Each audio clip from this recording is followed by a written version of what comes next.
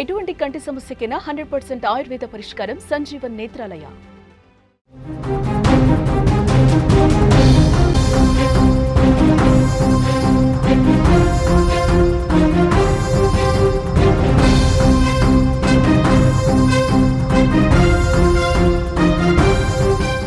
Breaking news చూస్తున్నాం. ప్రియుడి మీద మోజుతో భర్తను చంపించేసింది భార్య.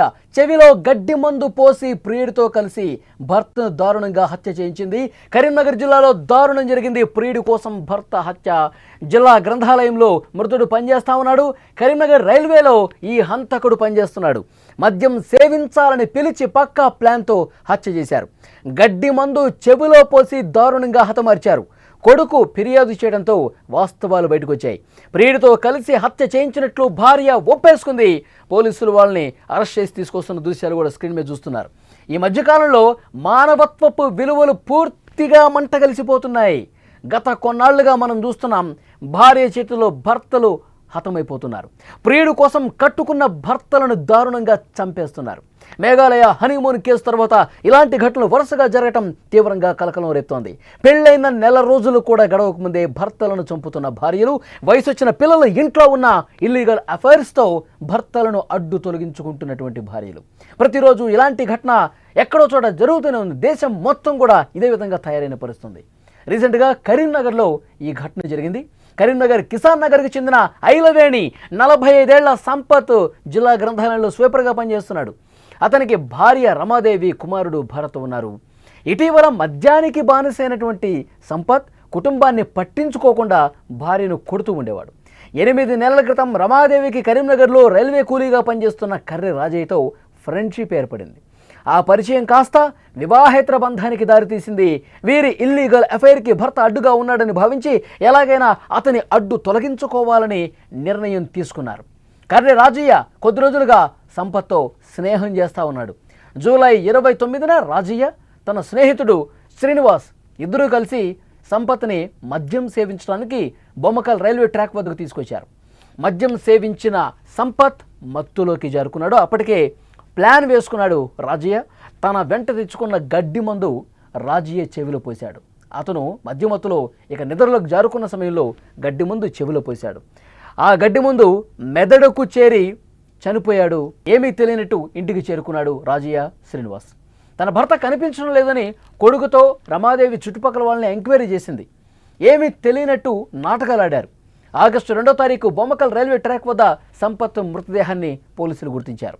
రమాదేవి ఫోన్ పరిశీలించగా మొత్తం విషయం బయటపడింది. తానే రాజయ్యతో కలిసి ఈ హత్య చేయించినట్లు పోలీసుల ముందు ఒప్పుకుంది రమాదేవి. కేసు నమోదు చేసుకున్న పోలీసులు రమాదేవి, రాజయ్య, శ్రీనివాస్ ముగ్గురిని కూడా అరెస్ట్ చేశారు. అరెస్ట్ చేసి స్టేషన్లోకి తీసుకొస్తున్నటువంటి దృశ్యాలు మీరు చూస్తున్నారు. ఇంట్లో పిల్లలున్నా సరే క్షణిక సుఖానికి కట్టుకున్న భర్తను కడతేర్చినటువంటి రమాదేవిని కఠినంగా శిక్షించాలని బంధువులు, అక్కడ స్థానికులు పోలీసుల్ని కోరుతున్న పరిస్థితుంది. విజువల్స్లో మీరు చూస్తూ ఉన్నారు. అంటే ఒక ప్లాన్ ప్రకారం భర్తను అడ్డు తొలగించుకోవాలని రాజయ్యతో కలిసి కుట్ర పన్ని అతనికి మద్యం సేవించిన తర్వాత మత్తులోకి వెళ్ళిపోతాడు. మత్తులోకి వెళ్ళిన తర్వాత ఈ గడ్డి ముందు చెవిలో పోసేయి, అతన్ని లేపేసేయి. ఇది వాళ్ళు వేసుకున్నటువంటి ప్లాన్. ఎంత దారుణం చూడండి. గత కొన్ని రోజులుగా ఇలాంటి ఘటనలు చూస్తూ ఉన్నాం. ప్రియుడు మోజులో పడి క్షణిక సుఖాల కోసం ఇంత దారుణంగా భర్తల్ని చంపిస్తున్న ఘటనలు మనం చూస్తున్నాం.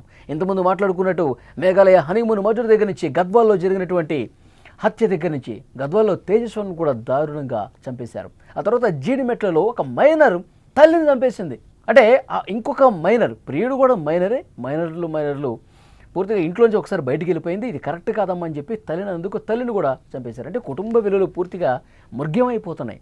ఎక్కడా కూడా బంధాలు కనిపించట్లేదు. కుటుంబ విలువలకి పాతరేసి తమ సుఖాల కోసం కుటుంబ సభ్యుల్ని దారుణంగా కడతేరుస్తున్నటువంటి ఘటనలు కనిపిస్తున్నాయి. ఈ కేసులో కూడా అతను మధ్యమత్తులోనే చనిపోయాడు అనుకున్నారు. తర్వాత కుమారుడికి అనుమానం వచ్చింది. చెవిలో ఏదో కనిపిస్తూ ఉంది. అతను ఒక్కసారిగా గతంలో కూడా మద్యం సేవించి ఇంటికి వచ్చేసేవాడు. ఎందుకు తండ్రికి ఈ విధంగా అయిందని చెప్పి అతనికి అనుమానం వచ్చింది. ఏదో జరుగుంటుందని అనుమానంతో పోలీసులు కంప్లైంట్ చేస్తే మొత్తం విచారణలో బయటకు వచ్చింది. ఫోన్లు పరిశీలించారు. ఎవరెవరితో మాట్లాడుతున్నారు, ఎవరెవరితో చాట్ చేస్తున్నారు, ఏం మాట్లాడుకుంటున్నారు అన్నీ పోలీసుల ఇన్వెస్టిగేషన్లో బయటకు తీస్తే వాస్తవాలు వెలుగులోకి వచ్చాయి. రాజయ్యతో కలిసి ఉండటం కోసం భర్త సంపత్తును దారుణంగా చంపించేసింది అనేది పోలీసులకు కూడా అర్థమైంది. సంపత్ దృశ్యం మనం చూస్తూ ఉన్నాం. అంటే సంపత్ కూడా భార్యని ఇబ్బంది పెడుతున్న ఆ వర్షన్ ఆ విధంగా ఉంది. గత కొన్ని రోజులుగా తాగొస్తా ఉన్నాడు, కుటుంబ బాధ్యతలు పట్టించుకోవట్లేదు, ఇష్టం వచ్చినట్టుగా కొడతా ఉన్నాడని చెప్పి భార్య రమాదేవి చెప్తూ ఉంది. మరి అందులో ఎంతవరకు వాస్తవం ఉందో లేదో కూడా పోలీసులు ఇన్వెస్టిగేట్ చేస్తే కానీ తెలియదు. చాలా దారుణమైనటువంటి ఘటనలు, భర్తల్ని చంపించేస్తున్నారు. ఏమాత్రం కూడా ఇంకో ఆలోచన చేయట్లా. ఇప్పుడు ఇతన్ని చంపేస్తే మన పరిస్థితి ఏంటి? మనం పోలీస్ స్టేషన్కి పోవాల్సి వస్తుంది, మనం జైల్లో ఉండాల్సి వస్తుంది, సంవత్సరాలు జైల్లో మగ్గాల్సిన పరిస్థితి ఒక నేరం చేస్తే అని వాళ్ళు దాని గురించి ఏం పట్టించుకోవట్లా.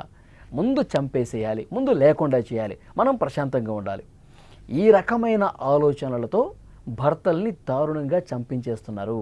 ఇంకా ఎన్ని జరుగుతాయో కూడా అర్థం కావట్లా. దేశం మొత్తం కూడా ఇవే రకమైనటువంటి ఘటనలు. ప్రియుడితో మోజు, పడక సుఖాల కోసం ఇంత దారుణంగా భర్తల్ని అడ్డు తొలగించుకుంటున్నారు. సో చూద్దాం నెక్స్ట్ ఏం కనిపిస్తున్నది. ఈ కేసులో అయితే చాలా దారుణంగా రమాదేవి తన భర్తను చంపించేసింది రాజీతో కలిసి. పోలీసులు ఈ విషయాన్ని అధికారికంగా ధృవీకరించారు కూడా. ఇంకా ఇన్వెస్టిగేషన్ జరుగుతోంది.